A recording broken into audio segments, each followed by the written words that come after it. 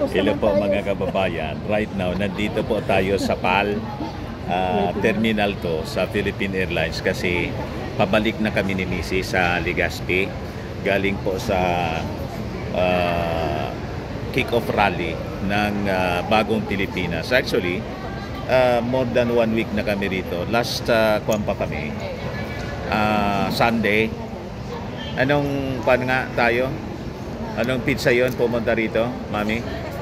Basta yung Sunday, nandito na kami sa Maynila kasi marami kami January 21 po. Marami kami rito pinuntahan ng mga meetings. Pinatawag kasi kami ng Congress with the Speaker Martin Romualdez saka ni ng ating Pangulong Bongbong Marcos yung Presidential Communications Office para nga dito sa grand launching ng Bagong Pilipinas. Habang kami pa uwi, may isa pong ali biglang dumapit po sa akin, nagpa-picture ba naman na parang ako po ay isang celebrity na tulad ng aking look-alike na si Richard Gomez. Ikaw ano yan naman, Mr. Manabila, sumubra naman yung description mo sa sarili mo. Iyon nga po, yung yun nga po yung dating ko dito sa aling ito. Then, nagpakilala sa akin. You just imagine po, kasin pala po ito ni Apulacay, dating Pangulong Ferdinand Idralin Marcos. Yung parents ko. Hindi siyempre, yung tatay niya. Nag-security nga po pala, nagtrabaho as security ng dating Pangulong Apulacay. Talagang inilalapit ako sa mga Marcoses. Kita mo yung kapalaran. Although many times, ilang beses na ba tayo nakapagpa-picture-picture, Mami, kay President Bongbong. Gusto ko siyang kumustahin kasi galing siyang Canada. Hello. Kamusta po kayo? Siya po si Rose Marcos. Hello. From taga Batak ka rin, tulad ng ni Apulacay? Yes, only my father from Batak, Ilocos Norte. And my mom from Bigan, Ilocos Sur. So, kadarating mo lang, yes, galing Canada. Yes. At dumating ka rito, 5 o'clock in the morning. Yes, that's right. Pagkatapos, naghahanap ka ng kakwentuhan. I know. It's boring. Kasi ang flight mo, papuntang Batak, Ilocos, Lawag, Ilocos, papuntang Lawag, mamaya pang 7 o'clock. Yes. So, tatambay-tambay ka muna rito. Yes. Kumusta naman, ma'am, yung biyahe mo from Canada? Well, taga saan ka pala sa Canada? Calgary, Alberta. Wow naman, taga Calgary, Alberta, Canada. So, ilang taon ka na po doon? 16 years. 16 years. Ba't kasi ba umalis ka dito sa Pilipinas? Kailan ka umalis dito? Matagal na? Well, my first abroad, Opo. 1986. Pero hindi Canada? Hindi, Middle East. Middle East. Kuwait. Tapos biglang lumipat kang Canada? No. So from Kuwait, and then I was there during the invasion of Kuwait, Iraq and Kuwait invasion. Yung invasion ng Kuwait ng Iraq, nandun ka? Yes. So yung pagpalipad ng mga Scud missiles ng Nandun ako. Nandun ka? Yes. Butit na buhay ka pa. Yan na nga. My guardian angel is still there. So, kwento mo nga, paano nangyari yon na you survive? Di ba in-invade kang Iraq? Yeah. Pero sumaklolo yung Amerika? No, wala na ako doon. Yung first Wala ka na invasion. First invasion, August 3, 1990. Right? Oo. Yeah. So, nag-invade doon. Then I stayed there for 10 days with my employer. Pagkatapos, we travel to Saudi Arabia because the international airport is already closed. Everything communication closed, so you cannot communicate with your family back home. grabe yung experience mo pala. I know. So, Ba't ka pala nag-abroad? Ano yung pinagdadaanan mo? Ba't ka ba umalis ng Pilipinas? No, actually, wala naman akong ganun pinagdadaanan. Di ba sabi mo nabalo ka na? Yeah, Kasi nabalo ako for 10 years before ako mag-abroad. But, gusto mo lang, siyempre. ambitious ako. Ambisyosa ka, looking for a greener pasture, kaya lumipad ka. And then I want... Naiwan mo yung anak mo dito? Naiwan ko ang anak ko. Isa lang yung anak mo, lalaki Yes, ba? lalaki. Oo. First year high school nung umalis ako 1996, going Kuwait. Iniwan mo sa family mo? Yeah, sa mother ko and my father. Tapos sinuport mo naman siyempre? Yes. Papadalan mo na lang? Yes. So matagal na yon. Ngayon pala 52 years old na yung anak mo? Yes. Every year ba umuwi ka? Yeah, usually every year. Nung COVID, during the COVID, 3 years hindi ako umuwi. Opo. So ngayon, Canadian citizen ka na kasi Yes. based ka sa Canada. Yeah. Oo. Tapos umuwi-uwi ka every year na ngayon. Yes, every year. So ngayon nagkatagpo tayo kasi Yes, I'm lucky. kasi nga nanonood ka pala sa akin. Yes. Ano ba yung nagugustuhan mo sa aking Wala, gusto ko programa? yung yung... Dahil ba pro Marcos ako? Hindi. Yan din number 1, pero Number ano one, rin. reason. Maganda, Kasi... Matagal ka nang nanonood sa akin? Yes. Na, Mula naman, nung...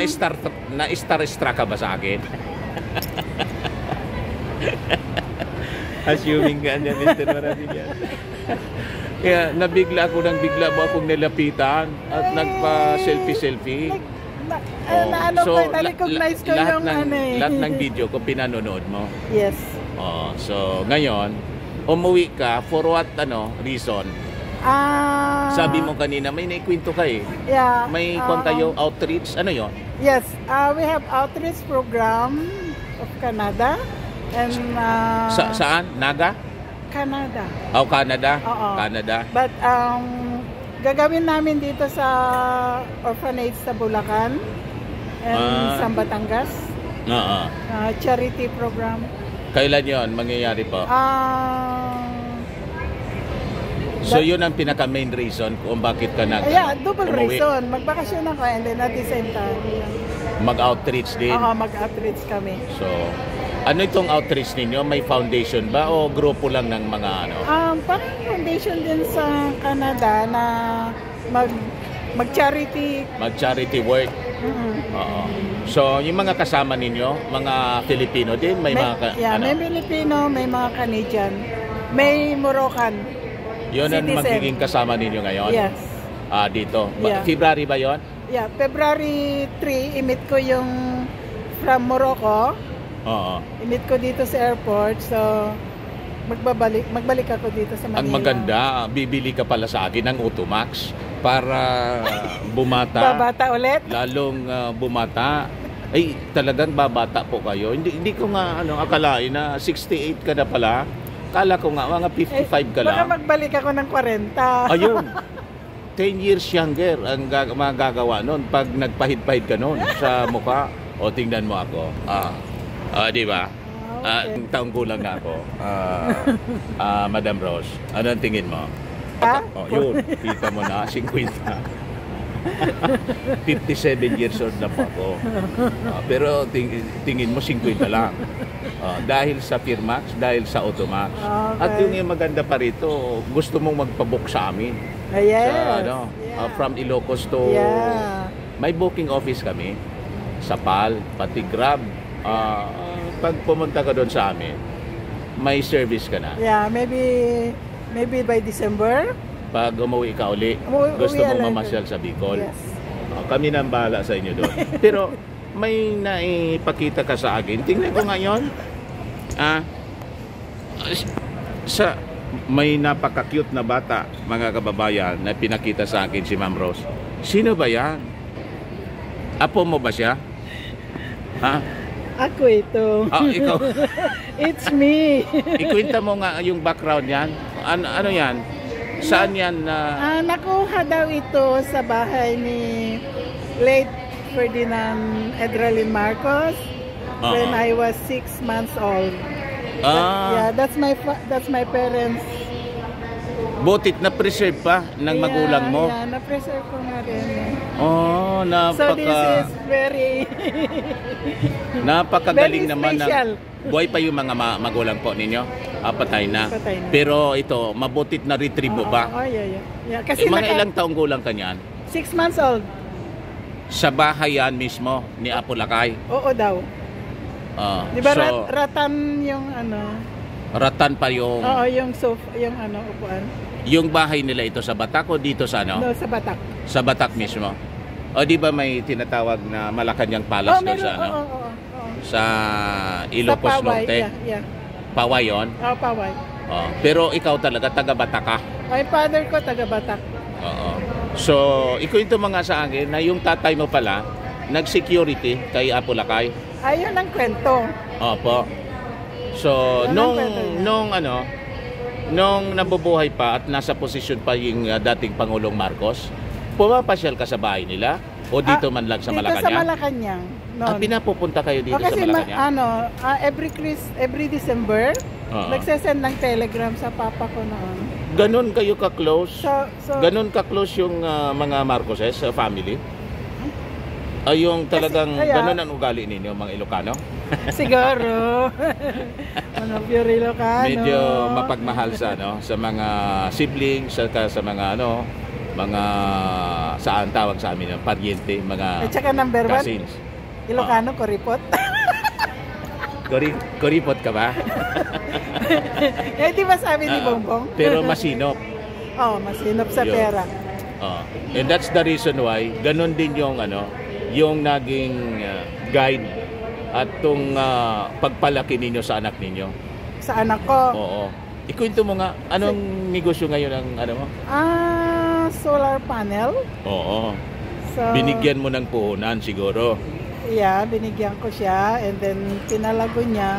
Lumago And then, naman ngayon. Yeah, in-expand niya lahat ng accessory ng fisherman. Yun ang additional. And then ngayon, nag-additional ng frozen food. Opo. Pork from Canada and chicken from Denmark. So importer na siya ngayon, no? And then now, additional ulit salmon. Oo. So yung mga customer pala, yung mga big time na mga Yung mga may restaurants. Sa Ilocos Norte mismo. No, sa Cagayan ngayon. Oh, sa Kasi, Cagayan. Ang bahay ko sa Cagayan, di ba? Oh, Cagayan ka na. Kala ko umuwi ka pa doon sa Batak. Hindi, wala na Wala yung na kayo parents sa ko. Batak. Nasa Cagayan na kayo ngayon. Ang bahay ko nasa Cagayan. Nasa Cagayan na. Yung lampas lang Yung ng tatay mo Pagudpud. yung nasa Batak noong panahon. Oo, doon sila talaga. Oo. Mga pinsan niya ngayon nandito pa sa Batak, sa San Nicolas, Ilocos Opo. Norte. Ay, kumusta mo naman? Ang daming nanonood sa akin ng mga Ilocano. Maybe because of my yung pro BBM vlogger maybe. ako. Yeah, maybe. Oo. Kumustahin mo na yung mga kasi Hello, ngayon mga ka-Ilocano. Kumusta mauna kayo? mauna itong mapapanood. Nandito ka pa, na-upload ko na to. Kumusta kayo, mga kabagyan? Ayun. Yan, sa San Nicolas, Batak. Ayan. So at least medyo matagal-tagal naman yung bakasyon mo rito. 2 months. 2 months. Oo. So anyway, ikwento mo nga sa akin, matagal din bang nagtrabaho yung tatay mo kay Apo Lakay? Hindi ko lang masyadong kung ilang katagal. Oo. Hindi ko Pero na tatandaan mo na nung mga panahon na yon, ini-invite kayo rito sa Malacanang. Oo. Pag December. Pumunta nga kami eh. Pumunta kayo. Oo. Ilang beses kayong napunta rito sa Malacanang? Pangatlo, pero yung pangatlo, hindi na kami nakapasok. Oo. May asawa na ako noon. May asawa Pero ka wala na pa nun. akong anak noon.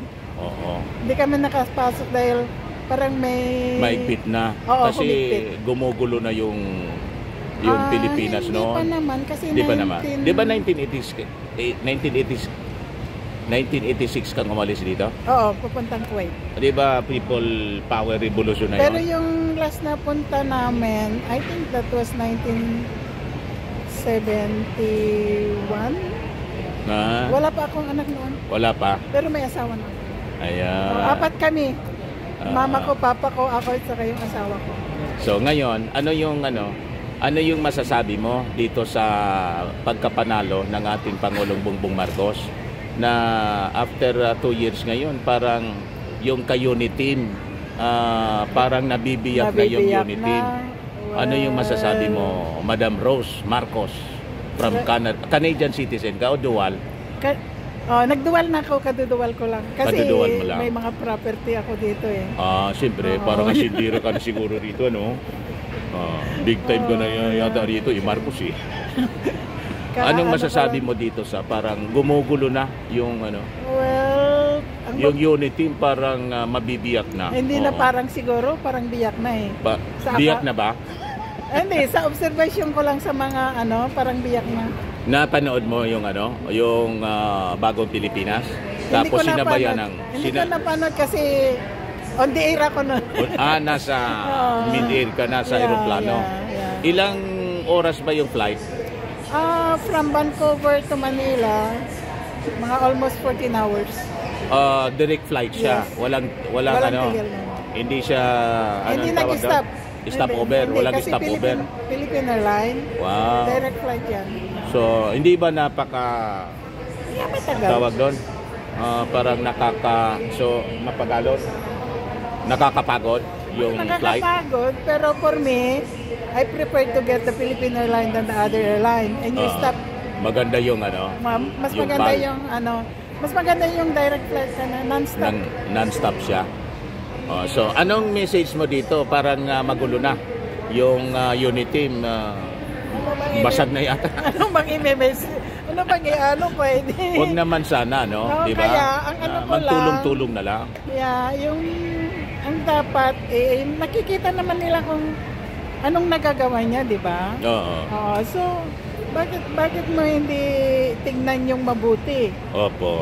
Na hindi ka gagawa ng kwan. Dahil maganda naman ang ginagawa niyo talaga. Reklamo kasi ng mga critics ang mahal-mahal ng bigas daw. Ikwento mo nga yung bigas doon sa inyo. Sa Canada. Magkano yung computation natin? 116 pesos per kilo per sa Canada. Kilo sa Canada. Dito 40 pesos 42. So, may reklamo. Kaya nga. Pero yung ating Pangulo naman, yung dream niya na maibaba. Kaya lang magto 2 years pa lang. Hindi naman agad-agad sabi ko nga, more than 30 years, 36 years na napabayaan yung ating bansa, lalo na yung agrikultura. Tapos less than 2 years, hinahanapan ng maire-reverse agad yung mga problemang nangyari. At saka ngayon, di ba inaayos niya ngayon yung agriculture? Opo, inaayos marami niya. ng mga yung benefits na binibigay ba, di ba? So panawagan mo na lang, ma'am. Ano ipanawagan? Ipanawagan mo, tumigil na sila. Hello, diba, mga Marcos critics! Tingnan nyo lang yung mabuting nagawa ni Bongbong. Baka mabas ka. Sigurado. Anyway, sabi nga, yung ating Pangulong Bongbong Marcos, hindi naman nagre-react siya. Hindi mo. Tuloy lang siya sa trabaho. Ngayon nga dumating ka, paalis naman siya. Oo, alam ko. Papuntang Vietnam. Para daw makipag-collaborate para sa agriculture naman ang ating bansa. Di ba sinasabi nila maglakwat siya ulit? Sabi nila tamad Sabi ni Baste, tamad daw yung ating Pangulo. Hindi nga makapagpahinga. Nagsabi mo ni Baste? Kahapon. Talaga? Ganon. At yung droga, yung pulburon. Yan ang ano yung mo doon sa issue ng pulburon? Naniniwala ka doon? No. Never. No, never. Walang ganong reputasyon yung Marcos? No. Wala. Any member of the family, walang ganong bisyo. Oo. Magandang pagpapaano. Paninira lang talaga. Paninira yan. Kung nagdroga si Bongbong, ganun ba ang kalabasan yung mga anak niya? Oo nga. Di sana gano'n na rin. At nawasak na. Di ba? Oo. Anyway, ma'am, maraming salamat po. Maraming salamat din. Ayan po mga kababayan, si Hello! Rose Marcos. Kita mo, dikit na dikit talaga ako sa mga Marcoses. Hindi lang sa Pangulong Bongbong Marcos, pati sa kanyang cousin, Rose Marcos siya, no? Tingnan, kamukha ni Bongbong. Si Amy Marcos, anong message mo? Anong message mo kay Amy Marcos? Baka sabihin mo, anong pakialam mo sa Ayaw na niyang makialam doon sa sa ginagawa ni Senator Amy Marcos. Anyway, mga kababayan, idagdag ko na rin po yung I think ngayon may pa-press con si Pinsan Martin Romualdez. Kasi po nanawagan na rin siya na tigilan na yung tinawag niya bodol-bodol na mga pahayag po ng mga Duterte. Ito po mga kababayan yung message ni ni Martin Romualdez. Dali lang po. Medyo mahina yung internet po dito sa airport. Anyway, sabihin ko na lang po, yun ang ganyang pakiusap. Natigilan yung mga paninira mga kababayan sa ating Pangulong Bongbong Marcos, kundi magtulong-tulong na lang po. Anyway, pagdating ko na lang po sa sa Legazpi kasi doon sa bahay malakas yung yung internet. Pag-usapan na muli po natin. And I think si Martin Romualdez may bago siyang statement na ipapalabas. Nagpa-press con yata, nag-message sa akin yung aking mga kasama doon sa Congress. Ngayon lang po mga kababayan, may pa-press con yata si Martin Romualdez with all these developments na nangyayari. Pero yung ating Pangulong Bongbong Marcos tumuloy rin sa siyempre on schedule yon. Lumarga na papunta pong Vietnam for the official visit niya po doon. Yan lang po mga kababayan nating short video. Ako po si Dante Maravillas, galing po dito sa Terminal 2 ng Philippine Airlines. Ako po si Dante, naulit ko po. Maraming salamat. Bye-bye.